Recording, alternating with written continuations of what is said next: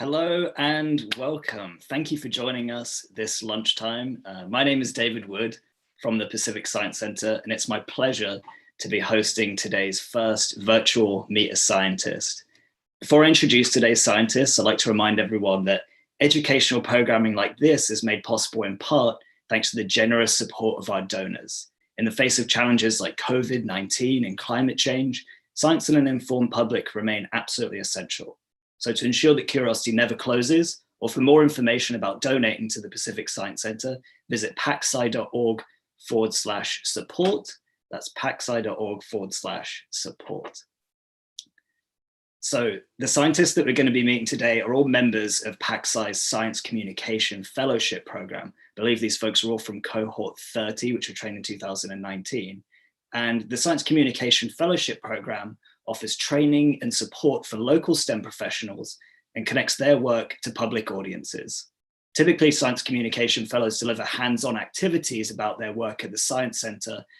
Those are usually twice a month on Saturdays at PacSci, but obviously at the moment our doors are currently closed. And so we still wanted to provide the opportunity to meet some of the fantastic local scientists that have committed themselves to science communication. So today, instead of those hands-on activities, the scientists are here to just discuss their experiences, both as professionals, but also just as individuals, as regular folks. We've got a few questions planned, but this conversation may go in all sorts of weird and wonderful directions. I'm not quite sure exactly what we're going to be chatting about today, but if you have a question, a comment, or a story that you'd like to share with us, perhaps you are considering becoming a scientist. Perhaps you're just curious about the work that these scientists do, or perhaps you yourself are a scientist and something resonates with you and you'd like to share your experiences. So again, if you've got a question, a comment, a story that you want to share, or you just want to tell us how you're feeling today, please leave those questions in the YouTube comment section below.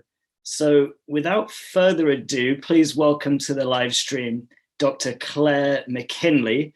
Claire is a postdoctoral researcher in the School of Oceanography at the University of Washington. Hi there, Claire. How are you doing? Hello, I'm good. Good. I'd also like to welcome Dr. Gabe Pratt. Gabe is an applied scientist over at Amazon. Are you with us, Gabe? Yes, I am. Hello. Hello, hello. And finally to the live stream, I'd like to welcome Mira Sytsma, who is a Mammalogy collections assistant over at the Burke Museum. Hey there, Mira, how you doing? Hey, good, how are you? Good, thanks. So I'll kick things off. Mira, I'm going to start with you. Briefly, could you just describe for everyone who's watching at home, what's your current role within STEM, or maybe what some of your recent roles within STEM? Sure. Yeah, my STEM work has focused primarily on studying wildlife over the last 5 years or so. I'm particularly interested in mammals. So I had a position working in the Rocky Mountains, conducting research on American pika, which are these tiny little, they're probably like this big, tiny little cute mammals. And that inspired me to go to grad school. So I went to UW for grad school and studied mammals in Alaska. And after I graduated, started working at the Burke in the Mammalogy lab. And that I wear kind of a variety of hats in that role. But one of the things I love about it is getting to communicate with guests about mammals and conservation and all of that. And I'm a science writer for a science communication organization. So I get to research and write about all types of science, not just mammals. And Claire, I know you're also a fellow UW person. So I'd love to hear kind of some of your experiences there, what your roles are. Yeah, so I am a postdoctoral researcher in the School of Oceanography at the University of Washington. And that means that I have finished my PhD and am now in this kind of in-between full research position. In the field, it's generally considered the time when you find your permanent job. And so I am doing a combination of research and scientific sailing to collect samples, and then analyzing those samples in a chemistry lab. And before I had this position, I was a graduate student at Texas A&M where I did my PhD.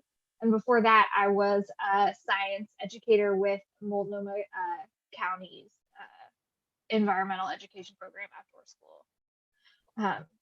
So I've kind of made a leap from ed into pure science. And then I think Gabe is going to tell us about himself. Yeah, so I'm an applied scientist at Amazon, which is actually relatively new for me. What I really am is actually what's called a bioinformatics scientist. So I'm kind of half biologist and half computer scientist. And nowadays, I get to help lots of people answer their biology questions, which is kind of like amorphous to talk about. You just like pop on one thing here, one thing there, and it's a little hard to describe. But before that, I was actually a bioinformatics scientist at a small startup here. I was trying to understand the little signals in our DNA that might indicate that you have cancer. And I did the same thing. So you can use computers to figure that out. So I looked at that, and before that, I was a graduate student doing something similar, but actually just trying to understand kind of how cells, proteins in the human body work, specifically with an eye towards understanding that from the perspective of this thing called RNA. Yeah. Gotcha. So I'm going to kick it back to Mira now. What got you interested? We just heard about what you all currently do now, but what was it that got you interested in science in the first place? And I'll ask you, Mira, that first. Sorry, my computer just froze. What was the question? It's all good. We just heard about what you do currently. Right. But what was it way back when that got you first interested in science and STEM? Well, my dad was probably the one that kind of pushed me in the direction of science. He was a professor and research scientist at Portland State.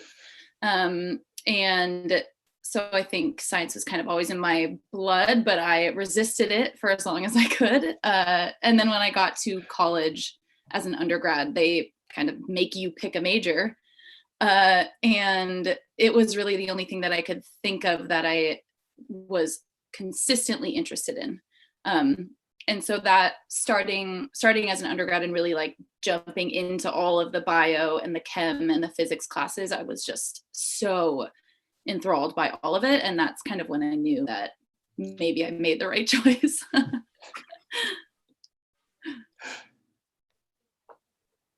Yeah, anyone else? Honestly, I think a lot of the stuff that pushed me into science, not to be too much of a homer, but I was homeschooled when I was a kid, and up until high school actually. And my mom used to take me to the science center like once a week, and I can't quite remember a time when I didn't like science, but I'm pretty sure visiting the science center that often definitely had an effect on driving me towards STEM. Cool, yeah, and I was a volunteer, well, a sixth grader, and then a high school volunteer, and then, like I said, worked on staff at Multnomah County's environmental education program, and I taught soil to sixth graders when I was in high school, and I really loved doing that and the connections in between the rocks in soil and the organic material and the things that live there, and then the plants that benefit from soil, and really loved helping students draw those connections. And it was probably the thing that I was best at and enjoyed the most at that time. And then I really still thought I was going to be a politician and a lawyer until I started college. And then I wanted to be able to continue to contribute to that community. So I took intro to geology as like my natural science. And I kind of thought it would be a one-off. And then in college, I liked that better than my intro to political science class. And I liked the people in the department better. And so I stayed, and kind of, unlike Mira, I had a really hard time with the calculus and physics components of becoming a geologist, but have found that in geology and oceanography, understanding those things is like applied to real world systems has really worked well for me, and is why I still do it and love it. And then it just kind of like took off from there. And now I'm studying almost the exact same thing, except at the bottom of the ocean. Yeah, did you know, Claire, kind of like going in as a geologist, did you have any clue that that could tie into oceanography? Or was that something that just kind of happened as you studied?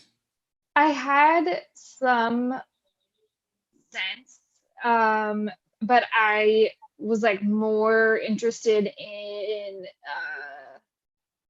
like soils and like on terrestrial biogeochemistry, and then kind of like geomorphology, like why landscapes are the way they are, until my senior year when I started doing a research project with a grad student who I just knew well and liked.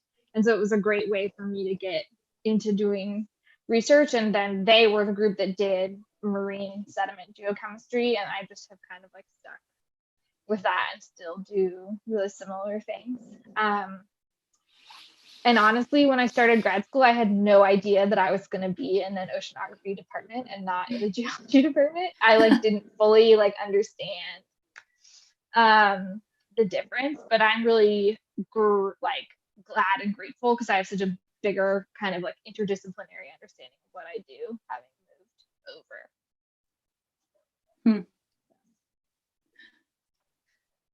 Yeah, I'm curious about how much of the work that y'all do is like in the field versus in like a lab or on the computer. I don't know if one of you wants to tell me that. Gabe, you got any thoughts on it? I've got a funny position. So I program all day. I'm in front of a computer all day. But what I do, I can't do without actual biologists in the lab next to me. So they grow cells, they collect DNA for me, they put it on the machine to analyze the DNA, and then I go talk to them and I say, hey, where's my data? And then start looking at it. So I'm mostly in an office all day, but I sit like right next to a lab most of the time. Almost in the lab. I'm almost in the lab. They don't let me go into the lab anymore. I break things, but I like to think I know what I'm doing. Yeah, I was very surprised when I started grad school how much computer work there was.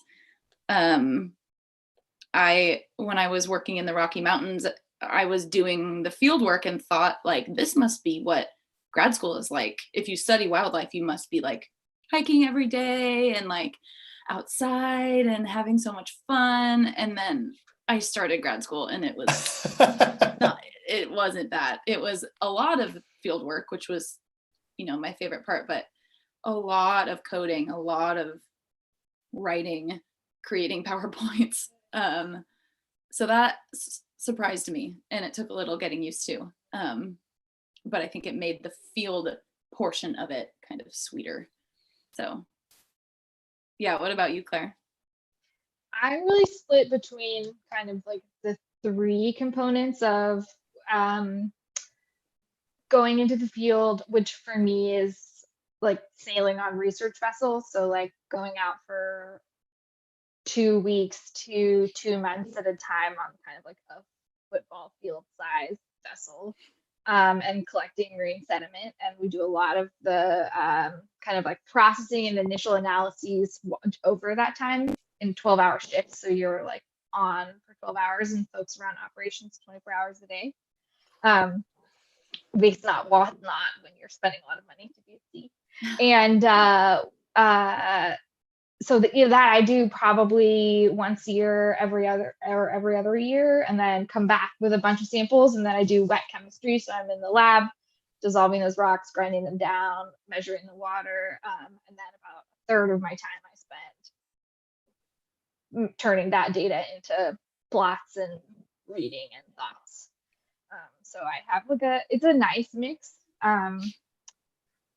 The lab work and the computering is like a little more lonely than I want, and I'm very good at one, grinding samples by hand with an agate mortar and pestle, which I do like a lot, and two, opening and closing tiny bottles are like my the main ways right, yeah. So I think people ask me if I scuba dive a lot, and like a misconception, kind of. Yeah, well, I mean, lots of people who study oceanography do scuba dive either for fun or for their research, but the sediment I look at is like 4 miles below the surface. Right. You can't get there. Here's a question for you two. How long does it take to go from a hypothesis to a result in your field? Because it's you said you get out like once every 2 years to test something like. Yeah. I want to know Mira's answer too, but so planning a research expedition is a huge undertaking. So usually like an idea starts and gets like written up for funding like 3 to 5 years in advance. And then lots of like ancillary projects get added on. So like some things happen faster, but I've been working on the project I'm working on, like starting as a proposal since 2017. So I wrote the proposal the last year of my doctorate, and I have generated probably like 3/4 of the data. So yeah, it takes a long time to especially planning an expedition, because you kind of have to plan out exactly what you're going to do and then like take all of it with you. So another large part of my job when we do that is packing. But then we also do a really good job of keeping sediment from past expeditions. So the International Ocean Discovery Program has like a huge sediment library. So you can also write to them and say like, I want samples from this location or this specific core at this depth.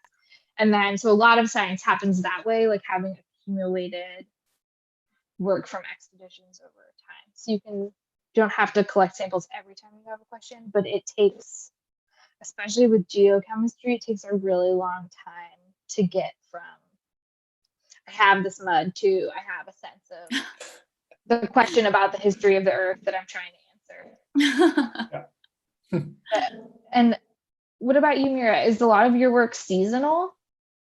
Yeah, that's a super interesting question that I've never really been asked before or really thought much about. It really depends.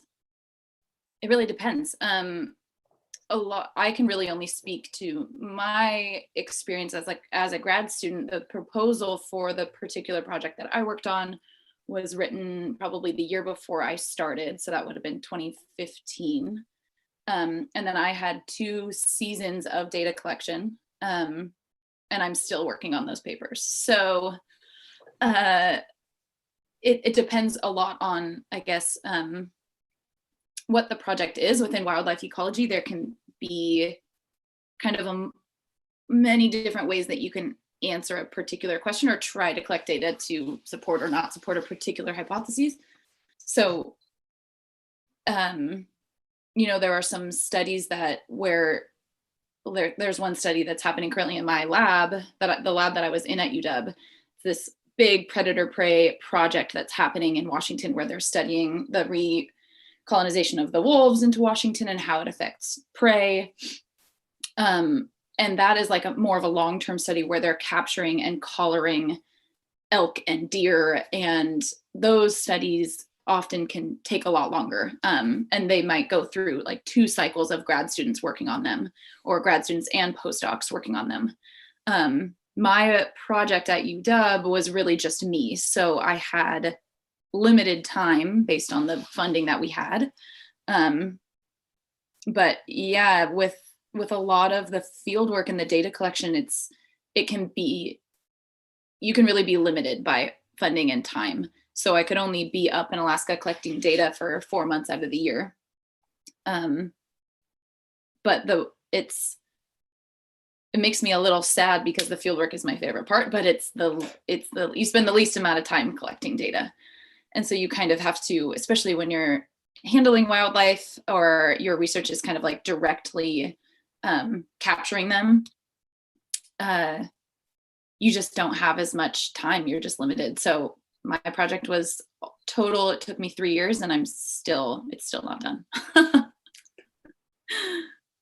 But yeah, science is a process. Sometimes It takes a while.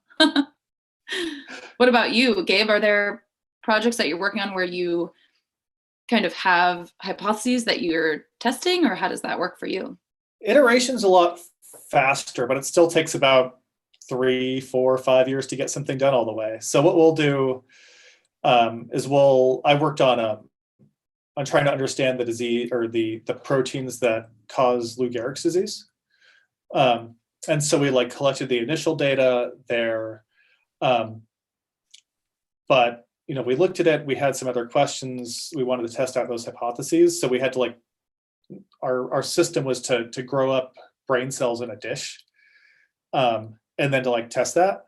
And for one round of growing brain cells, it takes a month plus additional time to do analysis. So we could do that a lot, but it was biology is just so messy that we had to do that for I think from inception to publication.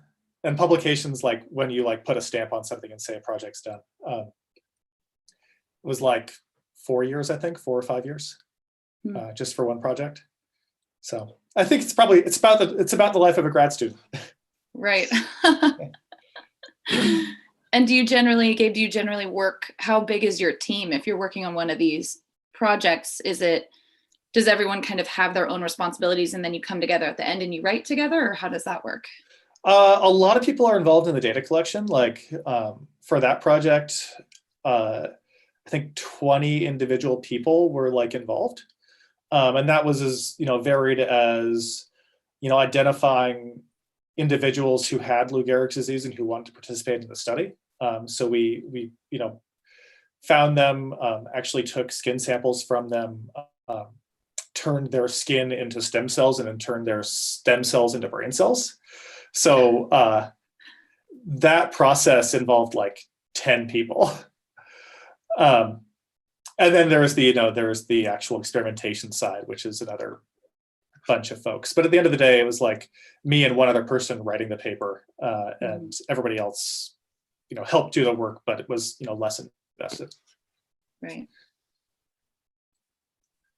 And what about you, Claire? Or for these projects as a postdoc, are you kind of on your own, or are you still working within a larger team? For the most part, I'm on my own. My project is kind of on this. There was already a series of cruises planned, and we just were really lucky to be able to take samples for my specific hypothesis at the same time. So there are, depending on where you sail, on the Trudeau's Resolution, which is the US's scientific drill ship, they staff every cruise with about 30 scientists. So you have a group that's specifically there to look at what the sediment is made out of, and somebody who's specifically for rocks, and a microbiologist, and somebody who can identify the fossils. And so you have a full suite of scientists. So they each do their individual, and somebody who does geochemistry and analysis live shipboard. So everybody contributes to kind of a large data report, and there are big pieces of that information that I need. But then my specific samples on a day-to-day basis, I am kind of on my own. And there are a couple folks that will eventually be authors with me, but for the most part, it's just my little side project in the work. But it's really a wonderful thing because it does take a lot of time and money to get marine sediment samples. And so then when we do that work from lots of different angles and perspectives comes out of each research group, which is really fun because you're also like stuck with all those folks for a long time. So then you get to learn a lot about like microbiology, marine sediment, or like more like optical rock and petrology, which is not something must be pretty cool to, if I'm understanding this correctly, that there are like these samples that are collected, but then from that one sample, there are infinite questions that you can ask. And it can kind of be taken in like all of these different ways. And you have this team of people, each person kind of has their own thing that they want to figure out. And you can all use that same data to answer all these different questions. Yeah. And it's like, you end up with like a physical sediment core, and people like literally have tiny flags that have like their symbol on them. So if you like see something marking their territory, right? Yeah. Or like so much of that. I have a good friend who's a program manager, and so huge part of her job is like brokering those kinds of like agreements and consensus around like, okay, here are the big primary objectives, and then this person wants something for a side project. So a huge amount of that gets initially agreed upon like before they even leave to go collect samples. So it's really it's a huge collaborative effort, which is really fun. So it looks like we have a question. Oh, we do. I should be keeping track of that.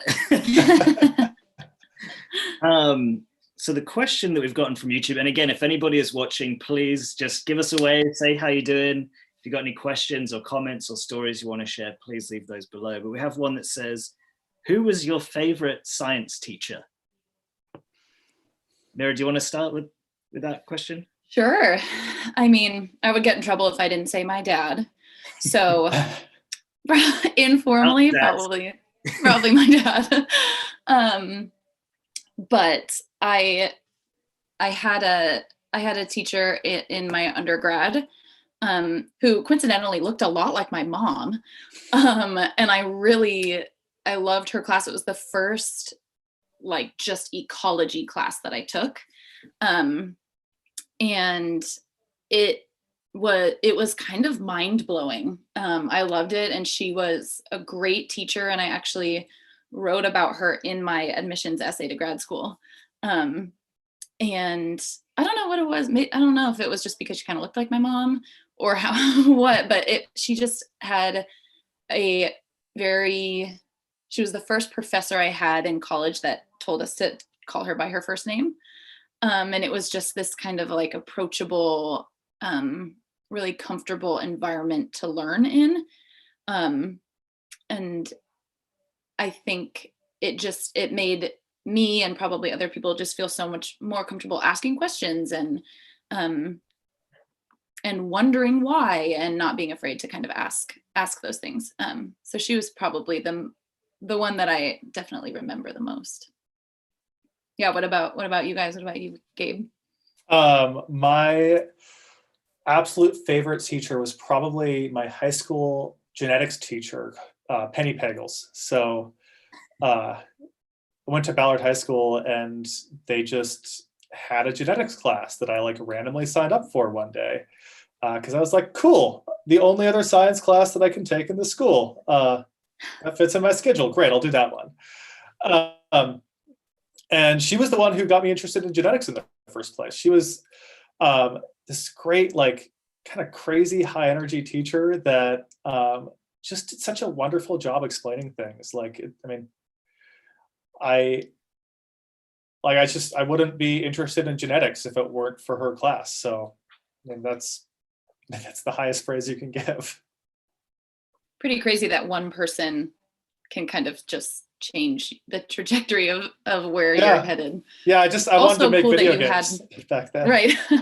Cool that you had a genetics option in high school. I don't think that was an option for us. No, most UW, Amgen, a biotech company that was back in Seattle a while ago, they like funded Ballard High School to put a genetics class in. So it was very cool. Very lucky. Right. Claire, what about you?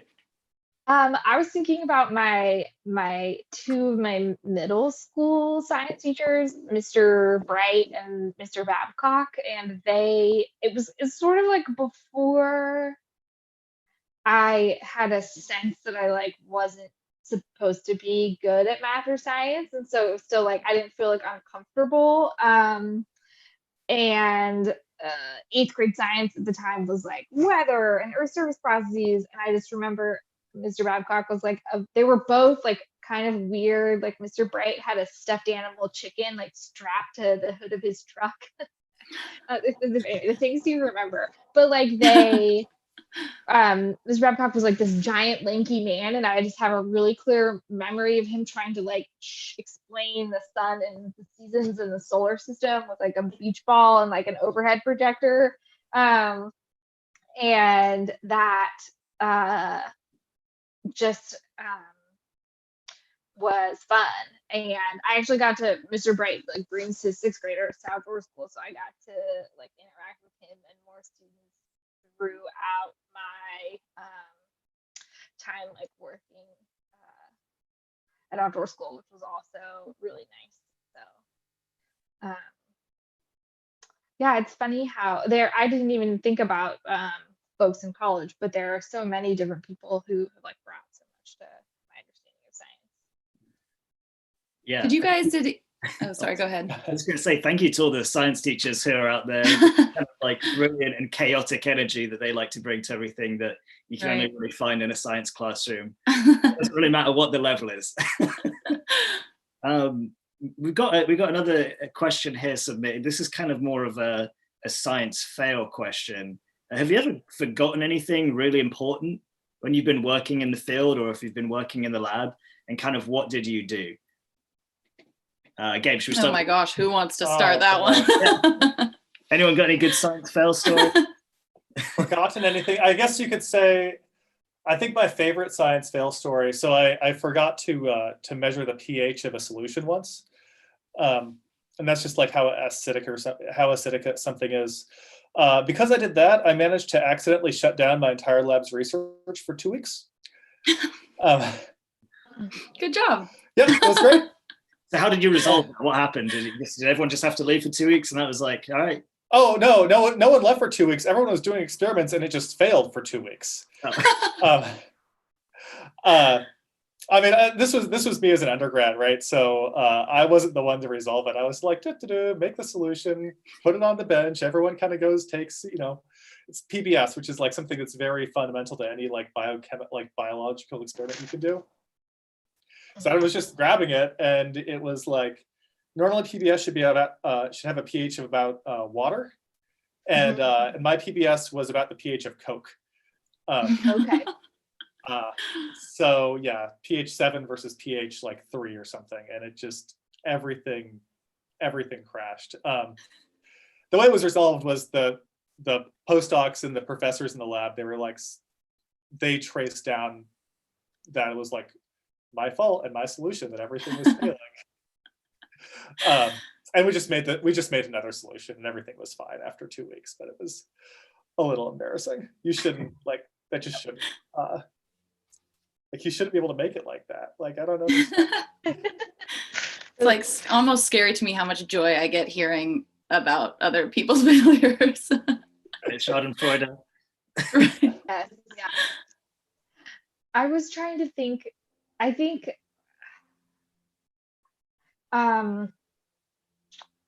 we spend a lot of time trying to like make sure we have backups, but some of the samples that I do like in deep sediment, there isn't oxygen. It's like all been consumed by the biological activity.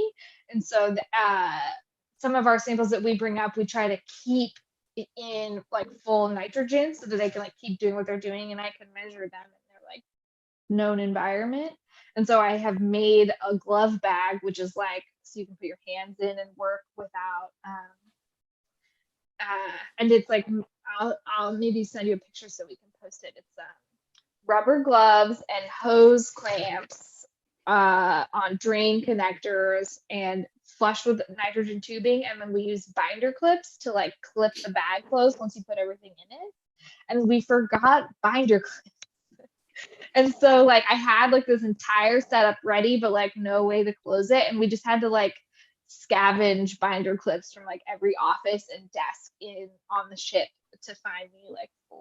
So like a week later, we went back to shore and somebody went and got to like the grocery store and got me some. And then they were like the prettiest, like they were like purple and gold. And like really elevated the vibe. It's just like a bummer because it seems so, I don't know, I felt really silly, but it like wasn't on the list of like things you need to build. So,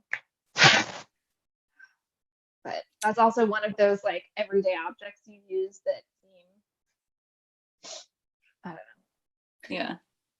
I don't know. I don't know if I have one where I necessarily, there are definitely times where I forgot things, but we had at my first field season of grad school, I didn't know what I was doing. And so we had planned to try to collect, as we basically were limited as to how often we could get. I worked in Glacier Bay National Park, which is this marine fjord that is shaped like a Y, and it's really remote, and you can only get anywhere in the bay by boat. And so we were limited by how often we could use the research vessel.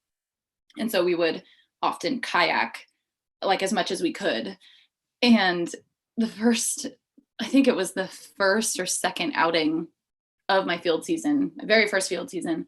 And we had thought that we would be able to kind of kill 3 or 4 birds with one stone and set up 200 small mammal traps on 2 different grids, set up 40 remote cameras, and then do some bird surveys, all kind of at the same time. And it involved kayaking the 200 small mammal traps from one site to another twice a day.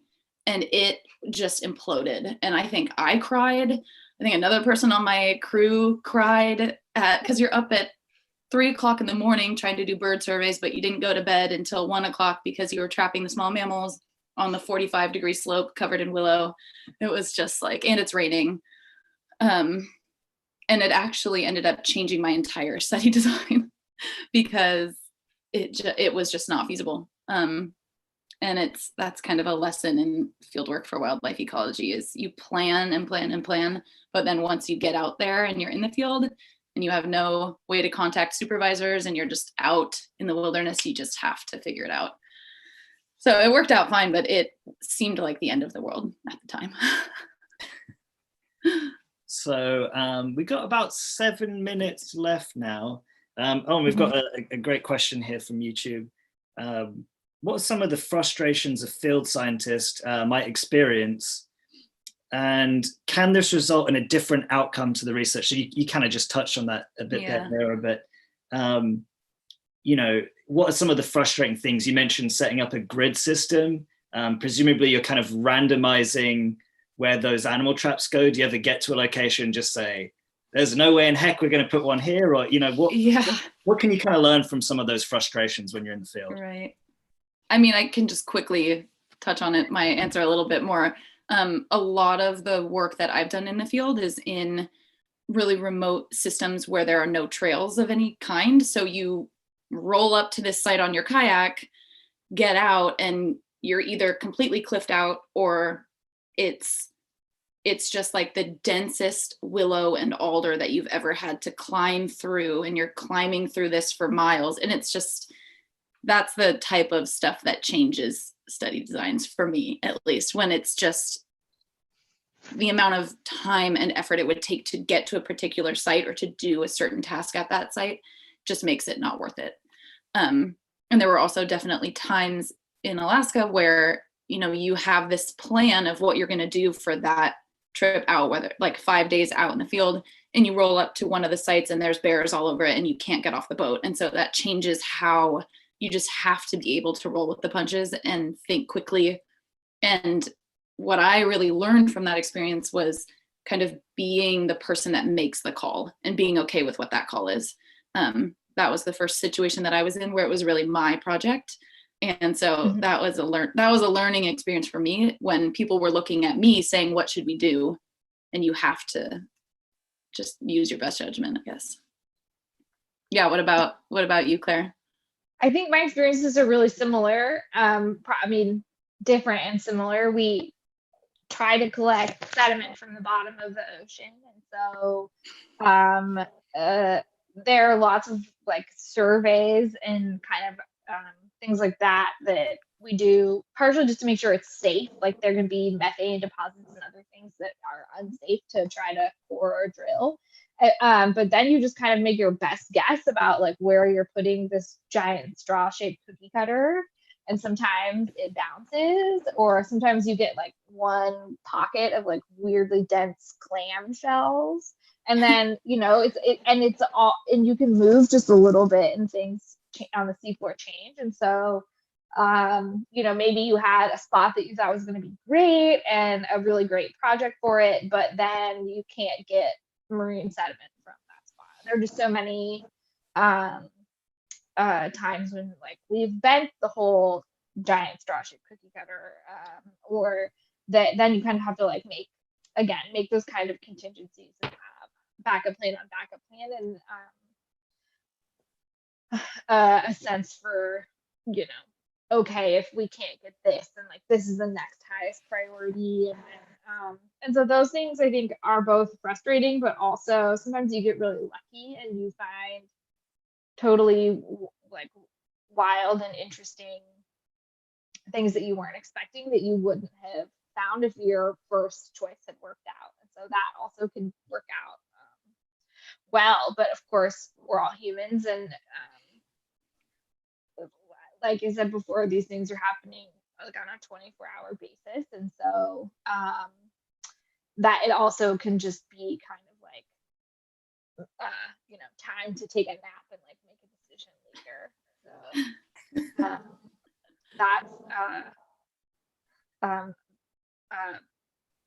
but also you learn so much more from the seafloor, and like from being out there and making those choices than from like getting samples and not having been involved. So it's really a gift.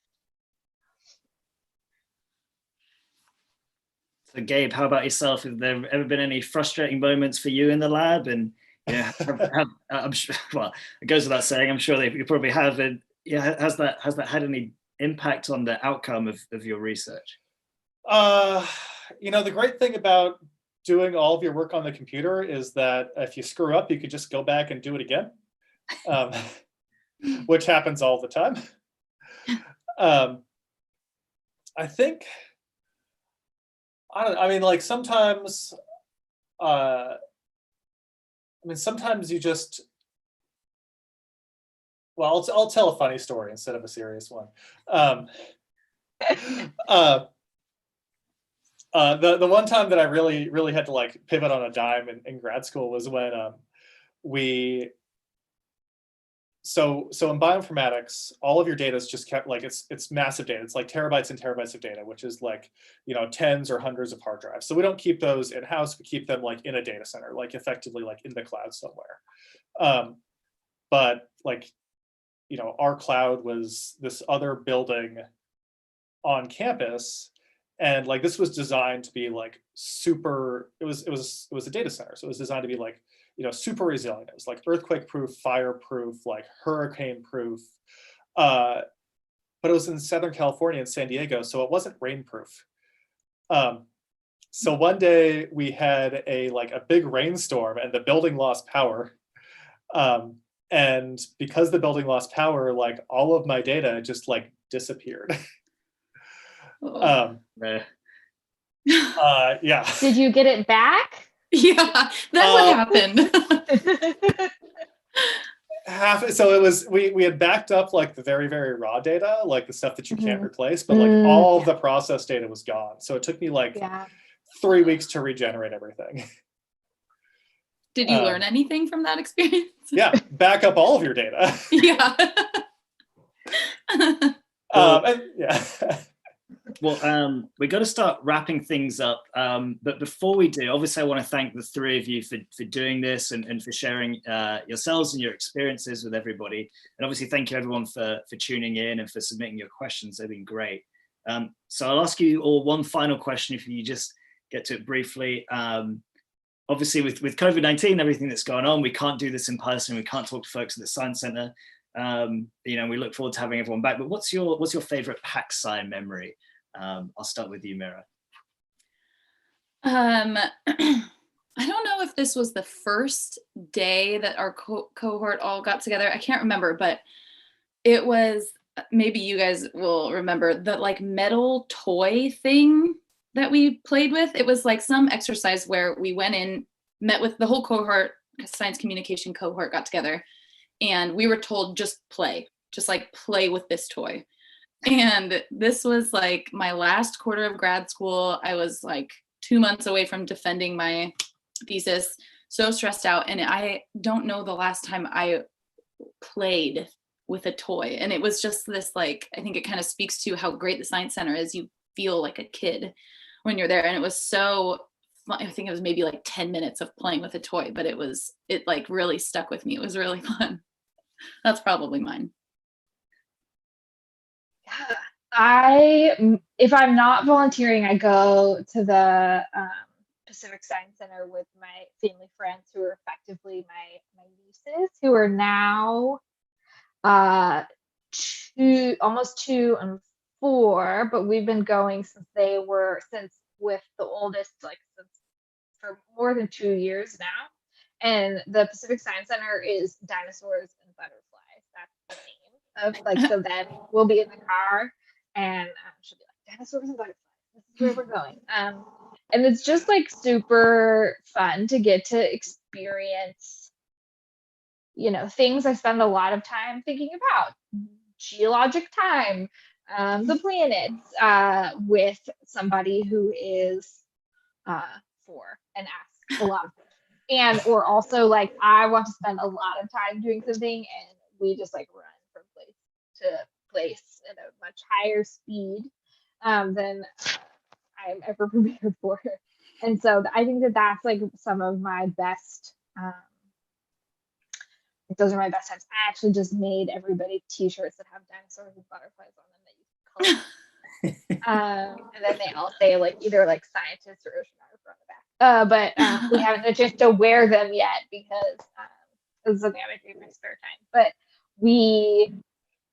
it's just really great to like get to be in a place where we like think about science and do work with folks who are not interacting with it the way that like I do. And like those, I mean,